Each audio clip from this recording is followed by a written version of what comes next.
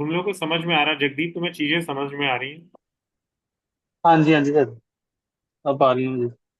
अभी टाइम लगेगा, देखो अभी एक दो दो चार क्लासेस और होंगी ना, उसके बाद तुम्हें ज्यादा समझ में आएगा। ठीक है जी।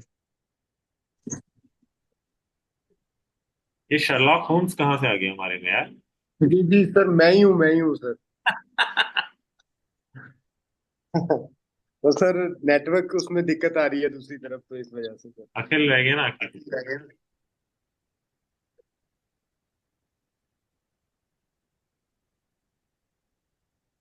तुम लोग को मेरी स्क्रीन दिख रही है? हाँ जी, हाँ जी सर, स्क्रीन सर अभी तो दिख। आपकी फोटो आ रही है, स्क्रीन नहीं दिख रही। अब? सर एक से वास्तु पुरुष मंडल वाली स्क्रीन दिख रही है। हाँ बस सर ठीक। मैं यहाँ पे लीव कर गया था, वो ये था कि आपने बताया 45 गॉड है, जिसमें से 35 देवता है, दूसरे असुर, बाकी असुर हो गए। अच्छा, तो 33 देवता हैं, 12 असुर हैं। अच्छा, हमने ये हमने ये कहा है हॉरिजॉन्टल लाइन और वर्टिकल लाइन जो है, लाइंस हम खींचेंगे तो हमें 81 जो है ये क्यूब बॉक्सेस। मिलना है। हाँ, तो जो जी। 81 पद मिलेंगे, तो हम इस पर ही अपने ग्रह का या फैक्ट्री का वास्तु करेंगे। कुछ लोग 64 मंडला पर भी काम करते हैं, पर 64 मंडला का प्रयोग नॉर्मली गांव के और सिटी प्लानिंग में किया जाता है। एक्चुअली होता क्या है, उसमें 8 बाई 8 का मंडला बनता है, देवताओं के पोजीशन में थोड़ा चेंजेस होते हैं बस। लेकिन हम जो भी पढ़ेंगे वो हम 9 बाई 9 पढ़ेंगे। ठीक है सर। ठीक है। अच्छा, नॉर्मली क्या है, शक्ति चक्र पे लोग काम करते हैं, हालांकि शक्ति चक्र और कंपास मंगा लो, उससे तुम्हें इजी हो जाएगा। लेकिन शक्ति चक्र को कैसे यूज करना है वो एक क्वेश्चन है, क्योंकि मैं शक्ति चक्र को बहुत ही ऑथेंटिक इस तरीके से नहीं मानता कि उसके हिसाब से करो। हमेशा जब भी तुम्हें वो करना होगा, किसी भी वास्तु को करना होगा, तो तुम्हें 9 बाई 9 की ग्रिड बनानी होगी। वास्तु चक्र के हिसाब से नहीं बनानी होगी। हाँ, उसमें इजी क्या डायरेक्शंस रहती है, तो तुम्हें इजी मार्किंग हो जाती है। वो हम देखेंगे, वो हम करेंगे, उस पर भी हम बात करेंगे। जब हम करेंगे, ब्रह्मस्थान निकालना सीखेंगे और सारी चीजें सीखेंगे अगली क्लासेस में, तो हम उसे भी करेंगे। ठीक है। ठीक है सर। सर आप बता दीजिए कोई साइट हो सर ऑनलाइन, तो वहां हाँ से यार मंगा देखो, लेंगे मैं सर। तुम्हें सिंपल से बता रहा हूँ, मैं अमेजन से ही मंगाता हूँ। मुझे भी जरूरत पड़ती है, मैं भी अमेजन से ही मंगाता अच्छा। हूँ। तो वो मैं लिंक भेज दूंगा तुम लोग को। मुझे अगर हिंदी ठीक। के साथ में ना भेज पाऊँ तो मुझे याद दिला देना, मैं भेज दूंगा। कंपास लेना जरूरी है। और एक शक्ति चक्र भी 300-400 रुपए का आएगा, वो भी रख लेना, इजी रहेगा दिखाने देखने के लिए। और ठीक है सर। है ना। अच्छा, एक चीज और ध्यान से समझो। सूर्य की स्थिति को देखकर, हमारे पूर्व काल में लोगों ने सूर्य की स्थिति को देख करके अपने घर के कमरे बनाए थे, अपनी दैनिक क्रियाकलाप बनाए थे। तो किचन कहाँ होना चाहिए? साउथ ईस्ट में। क्यों? सूर्य की स्थिति देख के बनाया था। पूजा घर नॉर्थ ईस्ट में। क्यों? क्योंकि सूर्य की स्थिति को देख के बनाया था। मिलने जुलने के लिए कहाँ? ईस्ट। सूर्य की स्थिति को देख के बनाया था। हम इस पर भी टाइम फ्रेम के साथ बात करेंगे, और हम ये भी बात करेंगे कि क्यों, किस ग्रह, किस टाइम फ्रेम में सूरज कहाँ पर होता है, और उसके हिसाब से जो कमरे बनाए गए हैं वो क्यों बनाए गए। अच्छा, एक चीज और समझो फॉर अ टाइम में, कि जो भी व्यवस्था बनाई गई है वो एक जेनरिक है। जब हम एस्ट्रो वास्तु करते हैं, या हम डिटेल में किसी का स्पेसिफिक वास्तु करते हैं और प्रॉब्लम शॉर्ट करते हैं, तो हम उसमें एस्ट्रोलॉजिकल फैक्टर लाते हैं। वो एस्ट्रोलॉजिकल फैक्टर जरूरी नहीं है कि तुम्हारे स्टैंडर्ड रूल को फॉलो करें। सिंपल सी बात है कि किसी किसी को हम ये भी कह सकते हैं कि भैया तुम साउथ साउथ वेस्ट में बैठ करके काम करो, या साउथ साउथ वेस्ट में बैठ करके पढ़ाई करो। क्यों? क्योंकि हम उसकी कुंडली में देख रहे होते हैं कि उस दिशा में बैठा हुआ, बैठने, उस दिशा का जो लॉर्ड है, वो तुम्हारी पढ़ाई वाले जो लॉर्ड है उससे कितने डिस्टेंस पे है। अगर वो उस भाव में आ जाएगा तो बली होगा या नहीं होगा। जस्ट फॉर एग्जाम्पल, मान लो अगर तुम्हें धन चाहिए, तो धन के लिए दिशा कुंडली में होती है दूसरा भाव। जगदीप, अगर ये नहीं भी समझ में आया तो कोई बहुत बड़ी बात नहीं है, ये एक ऐसा एग्जाम्पल है, डोंट वरी, है ना। तुम्हारी कुंडली का दूसरा भाव धन का भाव होता है। ठीक है। अब मेष लग्न की कुंडली में जो है धन का जो दूसरा भाव है, हमें देखना है कि उसका लॉर्ड कौन है। मान लो उसका लॉर्ड जस्ट शुक्र है। अब तुम देखो शुक्र कहाँ बैठा हुआ है। मान लो शुक्र पांचवें भाव में बैठा हुआ या छठे भाव में बैठा। तो दूर को अगर हम ये देखें कि जो छठे भाव में शुक्र बैठा हुआ है वो कौन से भाव में बैठेगा तो एग्जॉल्टेड स्टेज, वो हम देखते हैं। तो सातवें भाव में अगर शुक्र बैठेगा तो एग्जॉल्टेड, तुला राशि में शुक्र एग्जॉल्टेड रहता। यानी कि हम जो है जो सातवें घर की जो राशि है उस दिशा में उसे बैठा दें या उसका फाइनेंशियल ट्रांजेक्शन कराना शुरू कर दें तो क्या होगा, तो उसको पैसा बनना शुरू हो जाए। ये बहुत ही हायर कॉन्सेप्ट है अभी, मतलब इसके लिए आपको बहुत एस्ट्रोलॉजिकल नॉलेज, पूरी वास्तु की नॉलेज, दिशाओं की उसकी एक एग्जांपल, सिंपल एग्जांपल दे रहा हूँ, सो डोंट गेट वरी। ये एकदम लास्ट क्लासेस में हम कभी देखेंगे इसे, पर मैं तुम्हें बता रहा हूँ कि किस तरीके से वास्तु एस्ट्रोलॉजी का मिक्सचर है और वो कितना डीप है। नॉर्मली हम क्या कहेंगे कि भाई धन को नॉर्थ में रख दो, साउथ वेस्ट में रख दो, सेविंग नहीं हो रही वेस्ट साउथ वेस्ट में रख दो, है ना। ये नॉर्मल रूल, ठीक है। जी सर। ठीक है सर।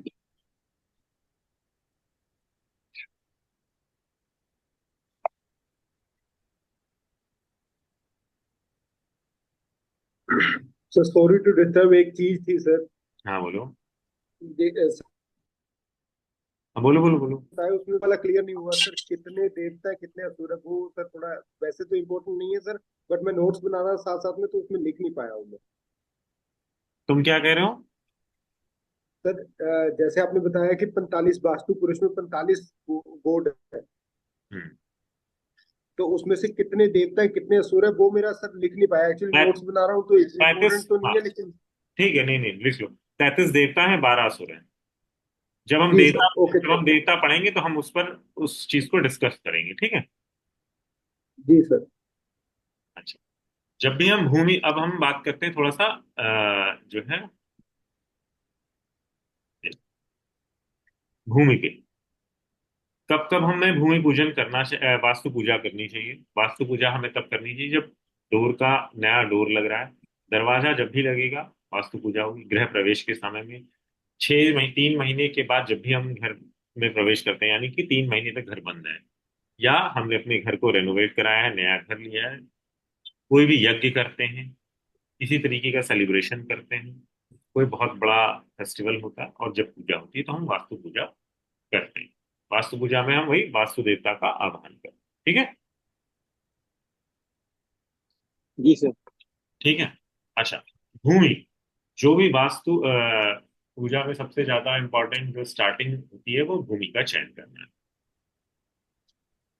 तो नॉर्मली वास्तु दोष क्या है, आपके नॉर्मल किसी भी घर में रह रहे हैं, आपको आते ही घर के अंदर आते ही गरीबी आ गई, कर्जा बहुत बढ़ गया, तबीयत बहुत खराब रहने लगी, एक्सीडेंट्स बहुत हो रहे हैं, बिच्छू निकल रहे हैं, कौवे, चमगादड़, इस सांप, ये सारी चीजें अचानक से निकलने लग रही हैं, लड़ाइयाँ बहुत हो रही हैं, कबूतर, हनी कॉम्ब, क्या बोलते हैं उसे, मधुमक्खी का छत्ता, मधुमक्खी। है ना, ये सारी चीजें लगने लग रही हैं, ये सब हो रहा है, तो इसका मतलब है कि वहां पर वास्तु दोष है। फिर हमें वास्तु शांति पूजा करानी है, ठीक है। जी सर। भूमि का चयन कैसे करना है, तो ये हमने वैसे तो बात कर रखी है। अगर स्क्वायर में है, रेक्टेंगल में है, गज पृष्ठ है, एलिफेंट मतलब गज पृष्ठ है, लॉयन के यानी कि शेरमुखी है, बुल मतलब बैल की आकृति की है, घोड़े की आकृति की जमीन है, गोल है, भद्रा, त्रिकोना है, लिंग की आकृति है, रॉयल फ्लैग है, इस तरीके की जमीन का जो शेप है वो तो फिर भी ठीक है। पर अगर त्रिकोणा मतलब ट्रायंगल शेप, किसी भी वाहन का, मतलब अगर आप किसी कार को देखें, उस कार के शेप की जमीन है, सांप के समान लहरदार जमीन है, अजगर के समान है, या किसी भी इस तरीके की जो है जमीन है, आड़ी तिरछी उल्टी सीधी, वो सारी जमीनें इन ऑस्पिशियस शेप्स हैं, उस तरीके की जमीन पर हम घर नहीं बनाते। ठीक है।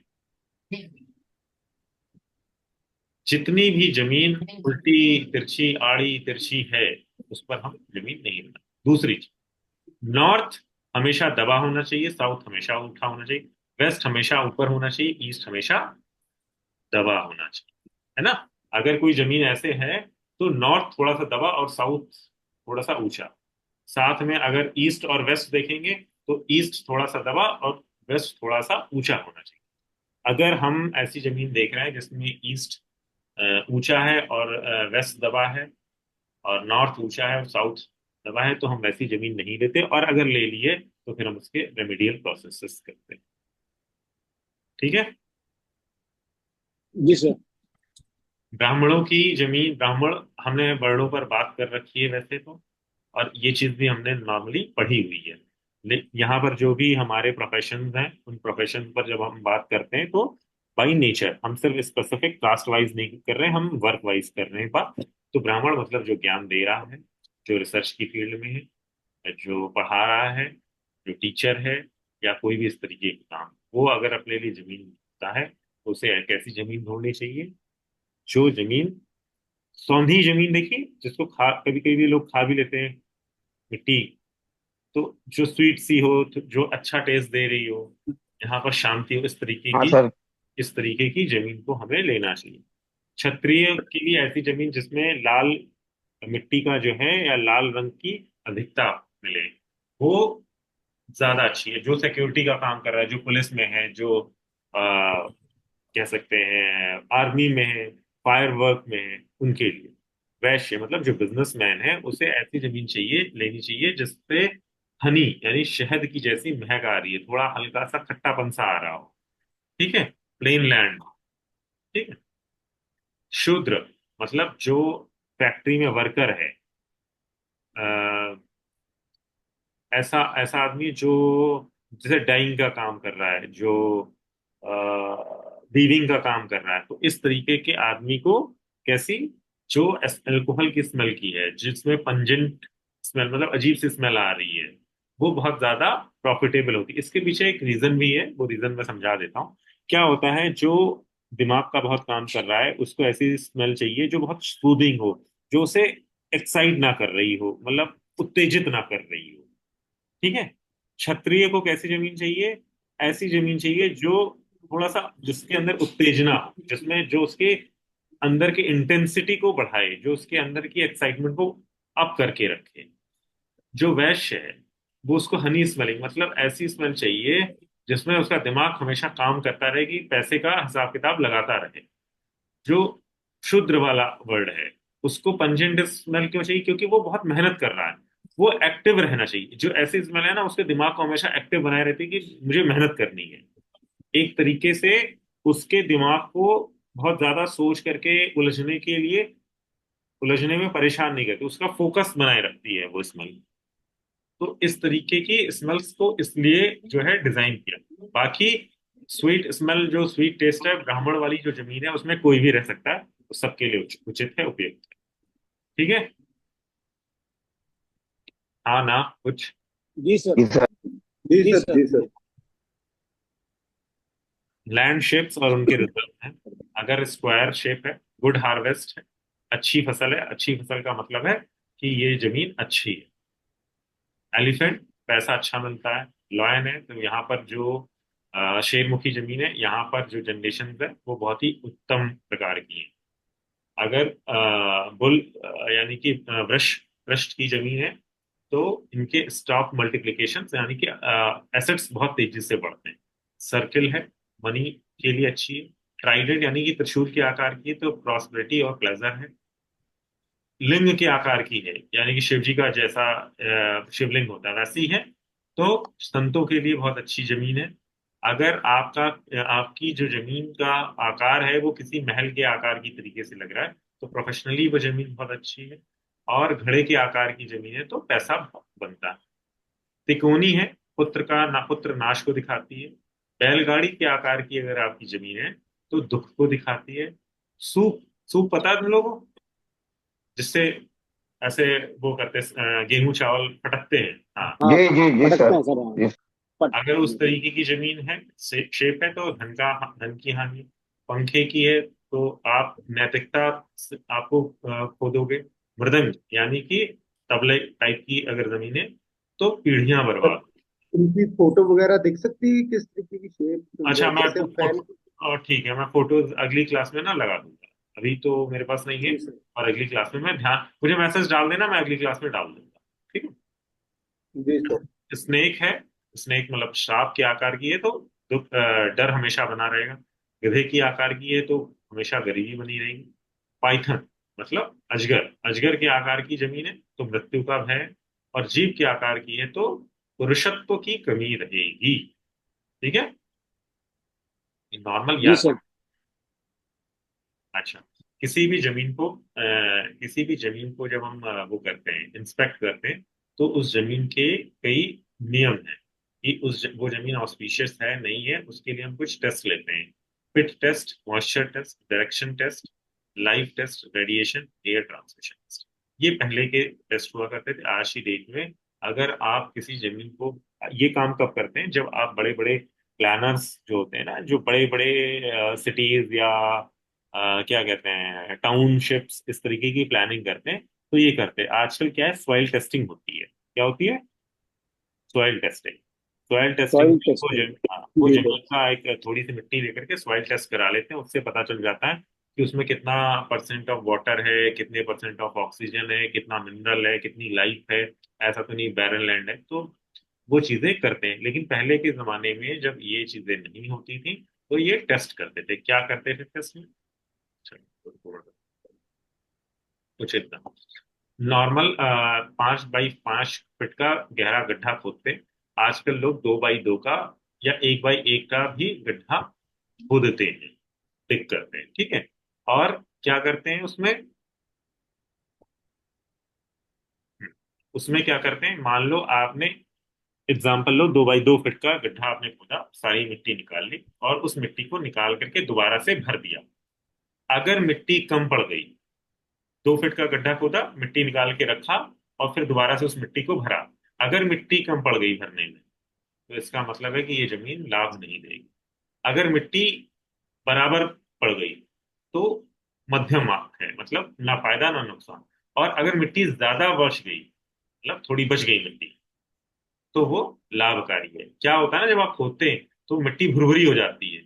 भुरभुरी मिट्टी होती है ना, थोड़ी सी। तो वो जब आप दोबारा भरते हैं तो थोड़ी सी मिट्टी एक्स्ट्रा बच जाती है।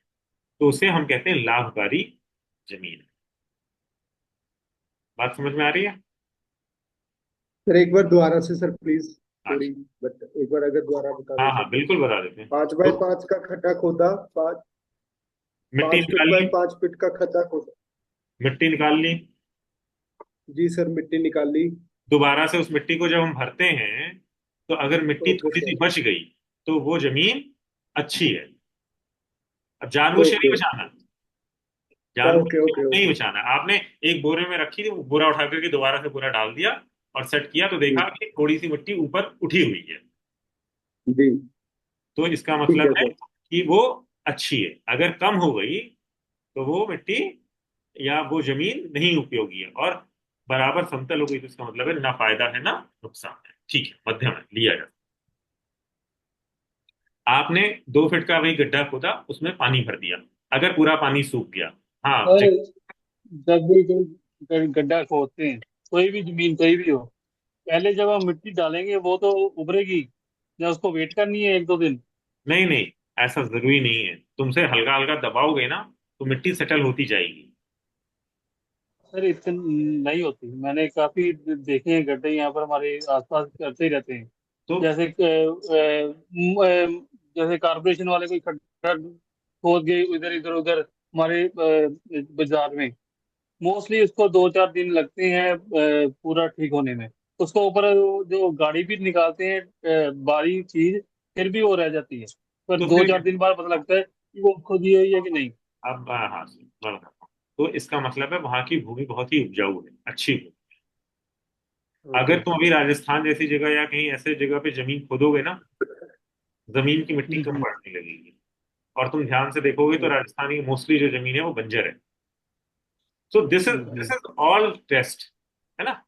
ये ये टेस्ट कैसे, देखो ये पुराने जमाने में जो टेस्ट करते थे वो ये देखते थे आपको जीवन जीने के लिए क्या चाहिए, पानी चाहिए, ऑक्सीजन चाहिए, वो बंजर नहीं होनी चाहिए, क्योंकि आप बीज उगाएंगे तो उस समय क्या था, खेती थी। लोग ऑक्सीजन का ध्यान रखते थे कि बहुत भरपूर मात्रा में ऑक्सीजन हवा मिलती रहे। वहां पर आपने धान बो दिया तो धान अच्छा उगे, गेहूं बो दिया गेहूं अच्छा उगे, है ना। तो ये टेस्ट जी एक्चुअली सर। के लिए थे। जैसे मॉइस्चर टेस्ट है, 2 फीट का गड्ढा खोद करके उसमें बाल्टी भर पानी डाल दिया। अगर पूरा पानी सूख गया तो लोग कहते हैं भाई ये जमीन सही नहीं, क्यों? क्योंकि अगर उसने पूरा पानी सूख लिया तो इसका मतलब उसमें पानी की कमी है कहीं ना कहीं। अगर थोड़ा बहुत पानी बचा है, कीचड़ बचा है, तो इसका मतलब है कि उसमें ऑलरेडी पानी था, उसने अपनी जरूरत भर का सोखा और बाकी छोड़ दिया। बात समझ में आ रही है?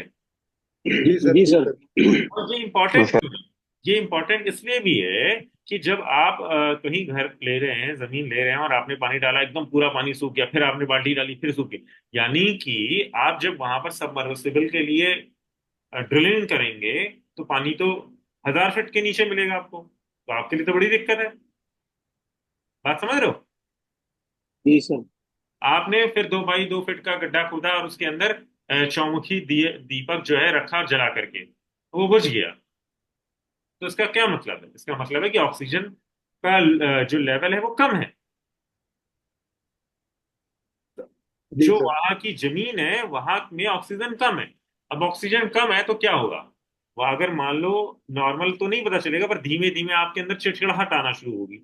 जब भी आपको बहुत चिड़चिड़ाहट आ रही है, आप ऑक्सीजन का इनहेलिंग बढ़ा दो, आपकी चिड़चिड़ाहट, आपका तनाव, आपका स्ट्रेस कम होना शुरू हो जाएगा।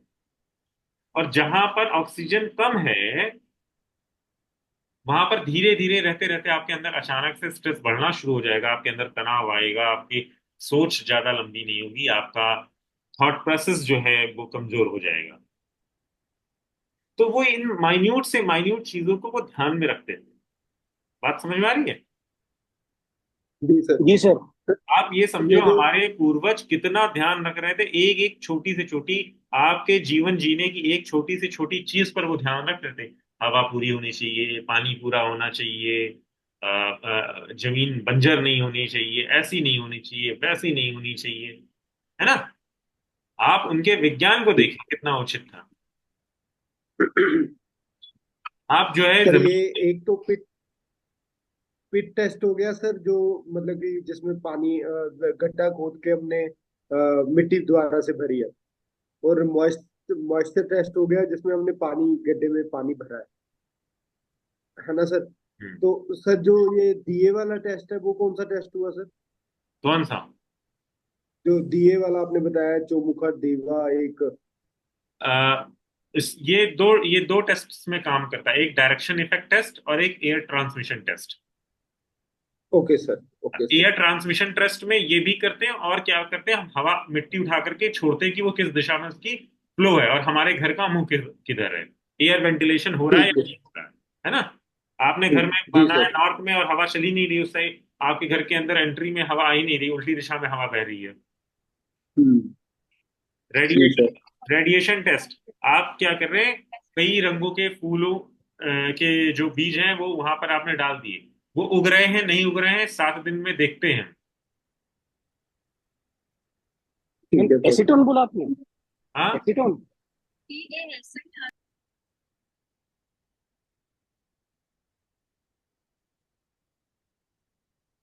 आपने 7 तरीके के बीज उठाए और जमीन में बो दिए, और आपने देखा कि कितने दिन में उगे, एक दिन में उग गया, उसमें अंकुर निकल गया, 3 दिन में निकल गया, 7 दिन में निकला या निकला ही नहीं।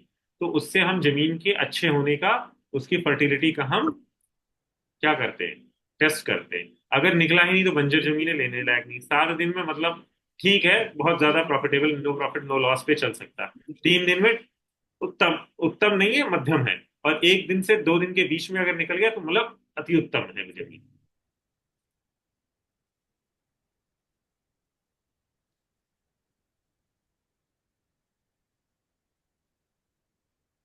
हाँ जगदीप कुछ कह रहे थे। सर जैसे हम कोई भी जैसे सीड या बीज डालते हैं, हम्म, नॉर्मली 48 से 72 आवर्स तो लगता ही है हाँ, उसको वही कुछ वही निकलने में। वही कह रहा हूँ कि देखो, दो चीजें हैं उसमें। एक है कि एक दिन से दो दिन के बीच में अगर निकल रहा है, या अंकुरित आपको लग रहा है कि हाँ अंकुर आना शुरू हो गए। एक होता है ना कि अब घर के अंदर चने रख लो तुम, तो कई बार क्या होता है कि चने एक दिन, डेढ़ दिन, दो दिन के अंदर उसमें एक छोटा सा अंकुर दिख जाता है, अगर ढंग से रखो तो इतना सा अंकुर दिख जाता है। तो अगर आपको लग गया कि वो उतना अंकुर आ रहा है, तो इसका मतलब है कि वो ठीक है। अब आपने देखा कि 3 दिन बीत गए, तब जाकर के जरा सा निकला, और आपने देखा 7 दिन बीत गए, तब जाके निकला, और आपने देखा कि 7 दिन भी बीत गया, वो अंकुर निकला ही नहीं। है ना? हम्म, ये है टेस्ट।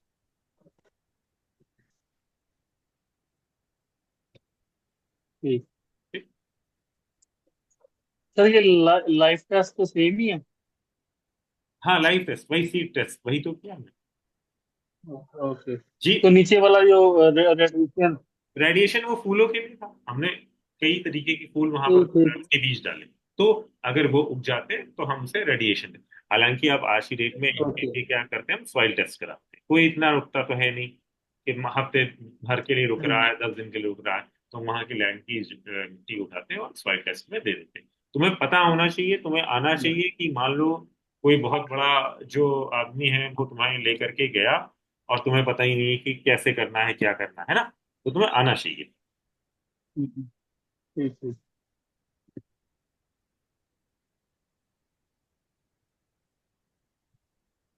क्या वो पुलकित अभी भी है?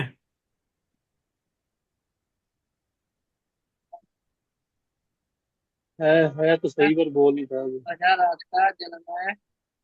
हम्म।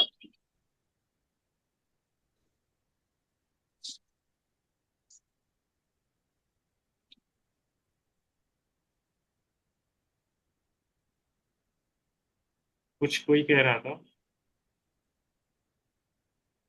चलो, ये तो खैर हमने पंच महाभूतों के बारे में पढ़ा था। अब हम एक एक के बारे में थोड़ा डिटेल में पढ़ लेते हैं। एक सेकंड दे रहा हूँ जरा। जल्दी।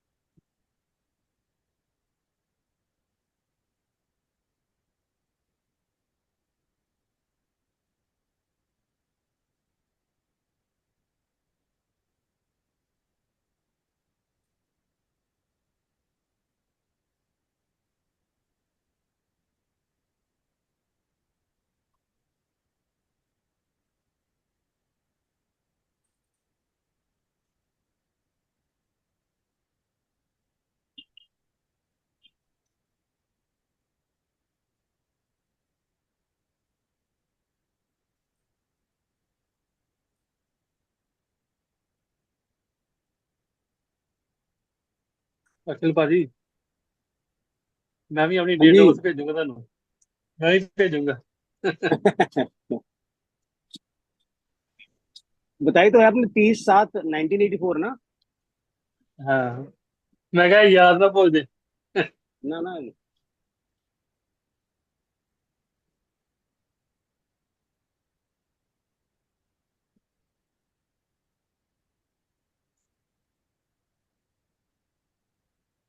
क्या हो गया भाई? क्या क्या 1984 हो रहा था? नहीं सर, जगदीप सर कह रहे थे कि वो डेट ऑफ बर्थ भूलना चाहिए, मैंने कहा लिखा है आपका। कल मैं टैरो वाली क्लास ले रहा था तो मैंने, क्यों राहुल, राहुल को कुछ तो कल याद, कल का कुछ याद है तुम्हें? याद है सर। कल राहुल ने थोड़ी टैरो की पढ़ाई करी ना उसकी। कल हम एक्चुअली नंबर्स पे ही बात कर रहे थे। सर मेरी वाइफ कल का बहुत अच्छी पूरा टैरो रीडर है। सेक्शन ही वही था सर। अरे वाह, तो बस हम लोग टैरो उसको रीडिंग देख के क्लास। ही मुझे उसको उसको देख के ही मुझे आया कि मैं भी कुछ कर लूं। हम्म। मैंने तो कहा उसको देख के ही आया मैं भी कुछ कर लूं। तो तुम टैरो नहीं कर रहे फिर? सर टैरो में नहीं इंटरेस्ट मुझे। अपनी वाइफ से सीख लेते तुम टैरो। सर वो तो कहती है सीखो, पर वो एंगल उंगल से बहुत डर लगता सॉरी, है, एंजल लगता है। सर सॉरी, वो थोड़ा कॉल आ गया था बीच में बॉस का, तो नहीं, वैसे भी हम अब थोड़ी देर में क्लास जो है क्लोज कर ही रहे हैं, कोई वो नहीं है, लेकिन जी सर। आ, सर मेरा जो रह गया था वो ये था, लाइव टेस्ट जो सीड वाला है वहां पे रह गया था सर। इसके बाद में कुछ करवाया हो सर नहीं एक्स्ट्रा, नहीं, मुझे प्लीज कुछ बताएं नहीं, सर। कुछ नहीं करा। ये sir power of fire sir element जो अभी। अभी इसे पढ़ाए नहीं है। हमने हमने अच्छा, ये ओके, कहा है कि हम ये अब इसके बाद ये पढ़ेंगे। करेंगे। Okay sir, okay sir. Sir मेरे को एक तो पीपीटीज, अगर ये वाली पीपीटी आप अगर भिजवा दें सर तो बहुत अच्छा हो जाएगा। अरे पीपीटी टी सब कुछ डब्ल्यू मिल एस आर। जाएगी तुम्हें। कल कल पीपीटी मिल गई होगी ना डायरेक्शन वाली। हाँ सर, वो मिली है, लेकिन वो सर वो ये वाली नहीं है जो आप जिसमें से पढ़ा रहे हैं, क्योंकि वो तो हाँ मैंने ठीक है, सारी ये स्क्रॉल डाउन कर ली है। बताए हो रहा है। वो भी करेंगे, don't sir worry. Study material तो आप सारा ही प्रोवाइड करवा दो, क्योंकि एक हाँ बार क्या होगा कि आपके पढ़ाने से पहले सर एक बार मैं अगर गो थ्रू किया हुआ होगा ना तो सर बहुत इजीली मैं मतलब कि पकड़ लूंगा चीजों को। मैं भिजवा देता हूँ।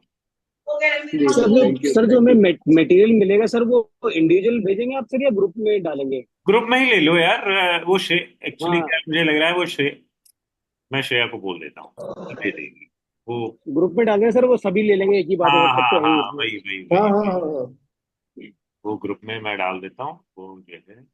और सर ये वीडियो हम सेव कर सकते हैं सर अपने सिस्टम में? हाँ यार, भेज तो दिया। वीडियो तुम्हारे पास पहुंचा या नहीं पहुंचा, पहले ये बताओ।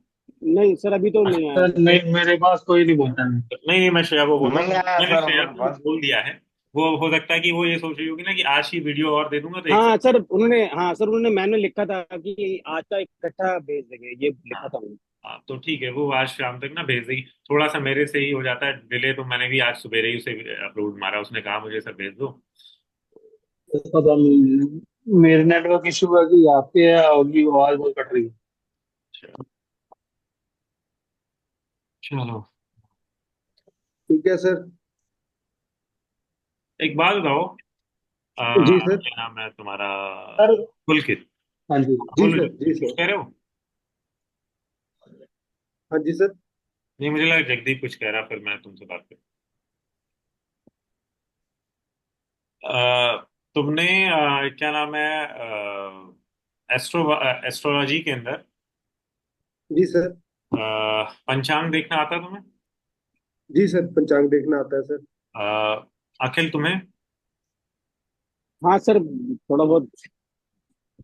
जगदीप, कितना पता है तुम्हें सर पंचांग? उसमें तो जीरो हूँ मैं। कोई बात। नहीं पता राहुल, सर, कुछ भी नहीं पता सर। कोई बात। कुछ बेसिक थोड़ा चीजें। बहुत सर। हाँ थोड़ा बहुत सर। ठीक है, थोड़ी बहुत चीजें, थोड़े बहुत वर्ड्स, थोड़ी बहुत चीजें नॉलेज में रहनी चाहिए, क्योंकि वो फिर तुमसे ना पूछेंगे फ्यूचर में, जब भी तुम कभी जाओगे तो आदमी तुमसे कहेगा अरे सर वास्तु की पूजा कर। वैसे तो नॉर्मली उसका एक अच्छा तरीका है, तुम किसी एक पंडित को अपने कनेक्ट में रख लो, उसको फोन करा कि हाँ भाई जी ग्रह पूजा के लिए क्या समय है, ठीक है। जी जी वास्तु जी। वाले को ये जरूरी नहीं कि ये सब उसे पता हो और वो करे। तो क्या है, पूजा पंचांग, तुमसे कोई कहे दो यार पंचांग पंचांग देखना पड़ेगा, तुमने पंडित जी को फोन किया, बता दो भाई गृह प्रवेश का क्या समय है, गृह पूजा, सूर्य किस स्थिति में है, किस राशि में है, किस दिशा में गड्ढा होगा, ये सारी चीजें हम पढ़ेंगे, लेकिन मतलब तो इसके लिए देखो, मैं इसलिए ये सारी चीजें कह रहा हूँ ताकि हमारे पास एक इकोसिस्टम जो है बन जाए। जी सर।